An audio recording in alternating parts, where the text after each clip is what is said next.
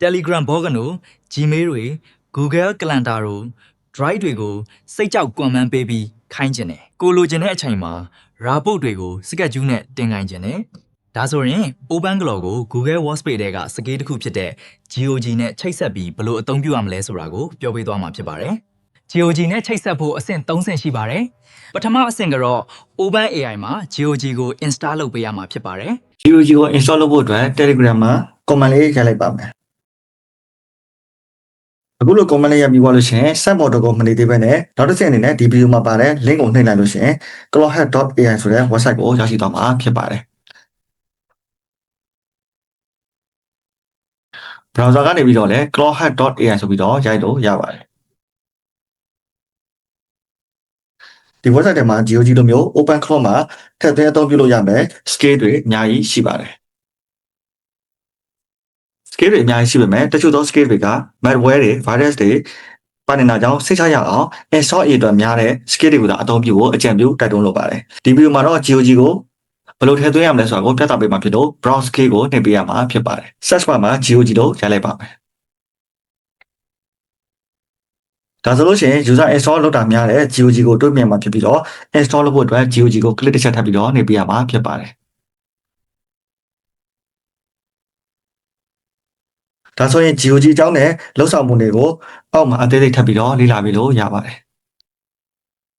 Okay GOG အကြောင်းလေးကိုလည်းသဘောပေါက်သွားပြီဆိုလို့ရှိရင် GOG ကို install လုပ်ဖို့အတွက် browse မှာရှိတဲ့ URL ကို copy ကူးပေးရမှာဖြစ်ပါတယ်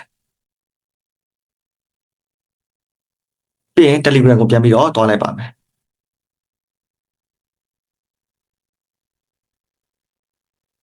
ဒါဆိုလို့ရှိရင်တော့ Open Claw အနေနဲ့ GOG ကို install လုပ်ဆောင်ဖို့အတွက် Google ရဲ့ authorized credential ကိုတောင်းတာဖြစ်ပါတယ်ဒီနေရာမှာကျွန်တော် client secret JSON file ကိုလည်းထည့်ပေးမှာဖြစ်ပါတယ်ဒါကြောင့်ဒီဘိုင်းတွေကိုဆက်လက်လုပ်ဆောင်ဖို့အတွက် Google Cloud Console ကိုတွားရမှာဖြစ်ပါတယ်ဒါကြောင့်အဆင့်နဲ့အနေနဲ့ Google Cloud Console မှာ client JSON file ကိုထုတ်ပေးရမှာဖြစ်ပါတယ်ဒါကြောင့်မို့ browse ကိုပြန်ပြီးတော့တွားလိုက်ပါမယ်ဒီနေရာမှာ Google Cloud Console ဆိုပြီးတော့ရလိုက်ပါမယ် Google Cloud Platform ကိုဝင်ပေးရမှာဖြစ်ပါတယ်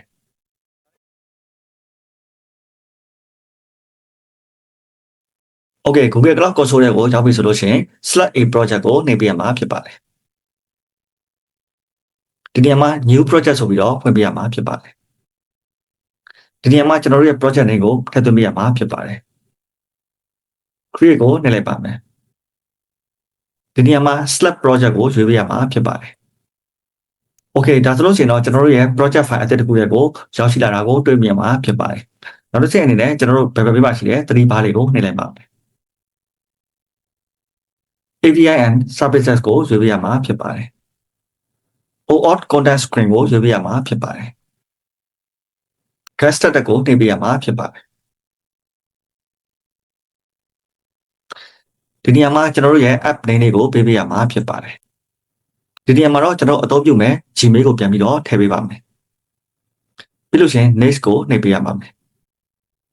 external ကိုရွေးပေးရမှာဖြစ်ပါတယ် next ကိုနှိပ်လိုက်ပါမယ်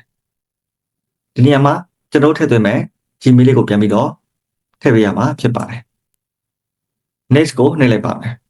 image လေးထည့်ပြီးတော့ continue ကိုနှိပ်လိုက်ပါမယ် create ကိုထပ်ပြီးတော့နှိပ်ပေးရမှာဖြစ်ပါတယ်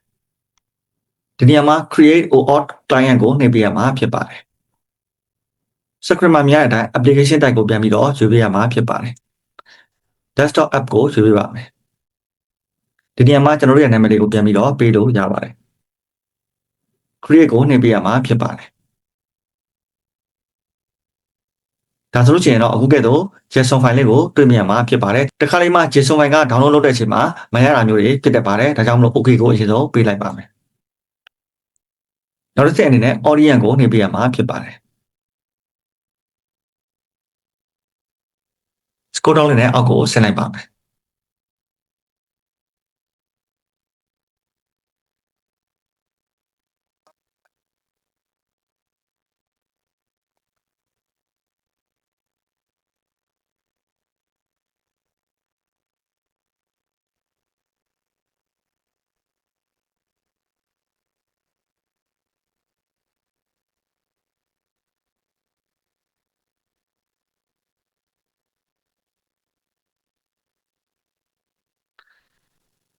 နောက်တစ်ချက်အနေနဲ့ဘယ်ဘက်အစုံမှာရှိတဲ့သတိပါလေးကိုထပ်ပြီးတော့နှိပ်လိုက်ပါမယ်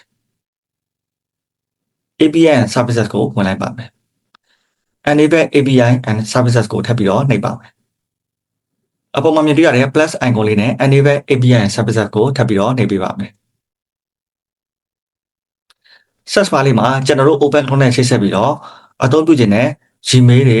Google Calendar တွေ Google Doc တွေ Google Sheet တွေစသဖြင့်ကိုအသုံးပြုခြင်းတဲ့အရာတွေကို API services တွေကိုဖွင့်ပေးရမှာဖြစ်ပါတယ်ပထမဆုံးအနေနဲ့ Gmail ကိုဖွင့်လိုက်ပါမယ်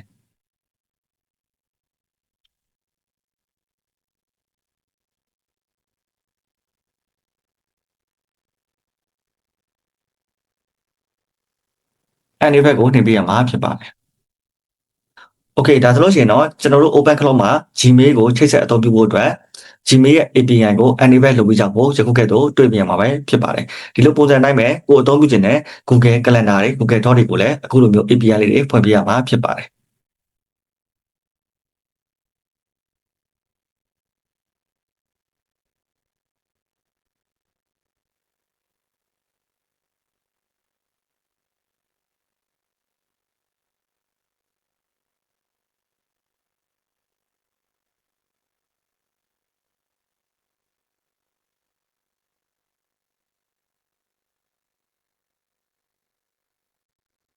Okay ဒါဆိုလို့ရှိရင်တော့ကျွန်တော်အသုံးပြုဖို့ခွင့်ပြုချက်ပေးခြင်းနဲ့ကျွန်တော်တို့ရဲ့ Google မှာရှိတဲ့ service တစ်ခုချင်းတွေကို API တွေ enable လုပ်ဆောင်ပြီးပါပြီဒါဆိုလို့ရှိရင်ကျွန်တော်တို့အတွက် JSON file ကိုတွားပြီးတော့ပြန်ထုတ်ပါမယ်ဒါကြောင့်မလို့ credential ကိုဝင်ပေးရမှာဖြစ်ပါတယ်ဒီနေရာမှာကျွန်တော်တို့ခုနကပေးထားတဲ့ open cloud test ဆိုပြီးတော့ name လေးရှိပါတယ်ဒါလေးကိုထပ်ပြီးတော့နှိပ်လိုက်ပါမယ်ပြီးရင် scroll down လေးနဲ့အောက်ကိုဆင်းလိုက်ပါမယ်ဒီနေရာမှာ download button လေးကိုတွေ့မြင်မှာဖြစ်ပါတယ်ဒါကတော့ကျွန်တော်တို့ရဲ့ secret file JSON လေးဖြစ်ပါတယ်ဒါလေးကိုနှိပ်ပြီးတော့ download လုပ်လိုက်ပါမယ်ဒါဆိုလို့ရှိရင်ကျွန်တော်တို့ရဲ့ device set ကိုအခုကဲ့သို့ JSON file လေးရောက်လာတာကိုတွေ့မြင်ရမှာဖြစ်ပါတယ်အခုကဲ့သို့ JSON file လေးရောက်လာပြီဆိုလို့ရှိရင်ကျွန်တော်တို့ open cloud မှာပြန်ပြီးတော့ verify လုပ်ဖို့အတွက် Telegram bot ကိုဝင်လိုက်ပါမယ်ခုနက download လုပ်ထားတဲ့ JSON file လေးကိုဒီနေရာမှာ upload ပြန်ပြီးတော့တင်ပေးရမှာဖြစ်ပါတယ်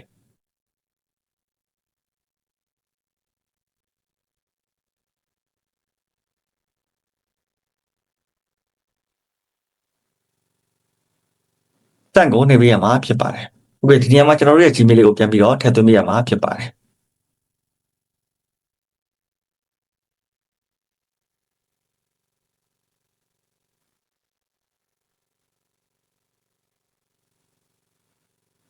Okay ဒါဆိုရင်အခုကဲ့သို့ link ရှေ့ကျလာတာကိုတွေ့မြင်ရမှာဖြစ်ပါတယ်။ဒီ link လေးကိုကျွန်တော်တို့က copy ကူးလိုက်ပါမယ်။အခုလိုမျိုး click တစ်ချက်နှိပ်ပြီးတော့ copy ကူးပြီးတာနဲ့ browse ကိုသွားပေးရမှာဖြစ်ပါတယ်။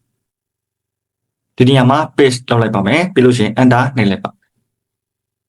ဒီနေရာမှာကျွန်တော်တို့ခုနကဝင်ထားတဲ့ Gmail လေးကိုရွေးပေးရမှာဖြစ်ပါတယ်။ Okay အခုကဲ့သို့မြင်လို့ရှိရင်စိတ်ပူစရာမရှိပါဘူးကျွန်တော်အနေနဲ့ဒါက diploma ရဲ့အတွက်ပေးထားတာဖြစ်တဲ့အတွက်ဒီနေရာမှာ advanced ကိုနှိပ်ပေးရမှာဖြစ်ပါတယ်လို့ရှိရင်အောက်ဆုံးမှာရှိတဲ့ go to open cloud test ဆိုတာကိုနှိပ်ပေးရမှာဖြစ်ပါတယ်ပြီးလို့ရှိရင် continue ကိုထပ်ပြီးတော့နှိပ်ပါမယ် select all ကိုရွေးပေးရမှာဖြစ်ပါတယ် continue ကိုထပ်ပြီးတော့နှိပ်လိုက်ပါမယ်အပေါ်ဆုံးမှာမြင်တွေ့ရတဲ့ link အားလုံးကိုနှိပ်ပြီးတော့ copy ကူးပေးရမှာဖြစ်ပါတယ်ပြီးလို့ရှိရင် Telegram ကိုပြန်ပြီးတော့သွားလိုက်ပါမယ်ဒီနေရာမှာ page ပြန်ပြီးတော့ချလိုက်ပါမယ်ဒါဆိုလို့ရှိရင်ကျွန်တော်တို့က verify ပြန်ပြီးတော့လုပ်ဆောင်ပေးတာဖြစ်ပါတယ်ပြီးရင် send button နဲ့ကျွန်တော်တို့ Telegram မှာပို့လိုက်ပါမယ်ဒီနေရာမှာကျွန်တော်တို့ရဲ့ဒီ open cloud ကိုဖွင့်တော့မှာ password လေးကိုသူကပြန်ပြီးတော့တောင်းတာဖြစ်ပါတယ်ကျွန်တော်တို့ဒီမှာ key တစ်ခုထပ်ပြီးတော့ရိုက်ကြည့်ပါမယ်တကယ်လို့ကိုကအဲ့လို password မထည့်ခဲ့ဘူးဆိုလို့ရှိရင်လည်းကျွန်တော်တို့စိတ်ကြိုက် password တစ်ခုကိုသတ်မှတ်ပေးလို့ရပါတယ်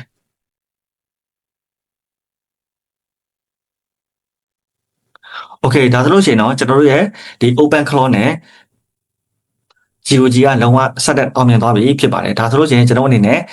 ဒီ Google Calendar တွေ Gmail တွေ Google Drive တွေကိုကျွန်တော်ဒီ Telegram bot ကနေတဆင့်ထိန်းချုပ်လို့ရရှိသွားမှာဖြစ်ပါတယ်ဒါကြောင့်မို့ကျွန်တော်တို့ထိန်းချုပ်တာအဆင်မပြေပေသိရအောင်စမ်းကြည့်ပါမယ်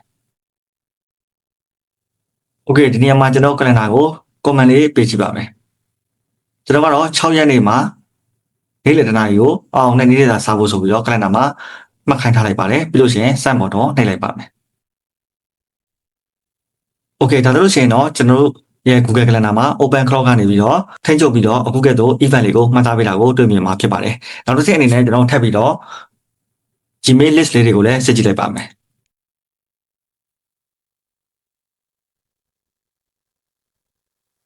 Okay ဒါတို့ရှိရင်တော့ကျွန်တော်ဒီနေရာမှာကျွန်တော်တို့ Gmail ထဲမှာရှိနေတဲ့ update စာရင်းအခုကိုလည်းအခုကဲ့သို့စစ်ဆေးပြီးတာကိုတွေ့မြင်မှာဖြစ်ပါတယ်။ Okay ဒီဗီဒီယိုလေးကတော့ကျွန်တော်တို့အနေနဲ့ Open Cloud နဲ့ Google ရဲ့ service တွေဖြစ်တဲ့ Google ရဲ့ Calendar တွေ Gmail တွေ Google Drive တွေ Doc တွေရှိတွေကိုဘယ်လိုချိတ်ဆက်ပြီးတော့အသုံးပြုရမလဲဆိုတာကိုအသေးစိတ်လေးပြောပြခဲ့တာဖြစ်ပါတယ်။အားလုံးပဲလည်းကြည့်လို့အဆင်ပြေမယ်လို့ယုံကြည်ပါတယ်။နောက်ဗီဒီယိုမှာပြန်ဆုံပါမယ်။ ဒီဗီဒီယိုလေးကတော့ OpenAI ကို Google Workspace ထဲက tool တစ်ခုဖြစ်တဲ့ GOG နဲ့ချိတ်ဆက်ပြီးဘယ်လိုအသုံးပြုရမလဲဆိုတာကိုမျှဝေပေးခဲ့တာဖြစ်ပါတယ်။ဒီဗီဒီယိုလေးကမိတ်ဆွေတို့အတွက်အကျိုးရှိတယ်ဆိုရင်တခြားသူတွေကိုလည်းသိအောင် share ပေးခဲ့လို့ရပါတယ်။ကျေးဇူးတင်ပါတယ်။နောက်ဗီဒီယိုမှာပြန်ဆုံကြမယ်နော်။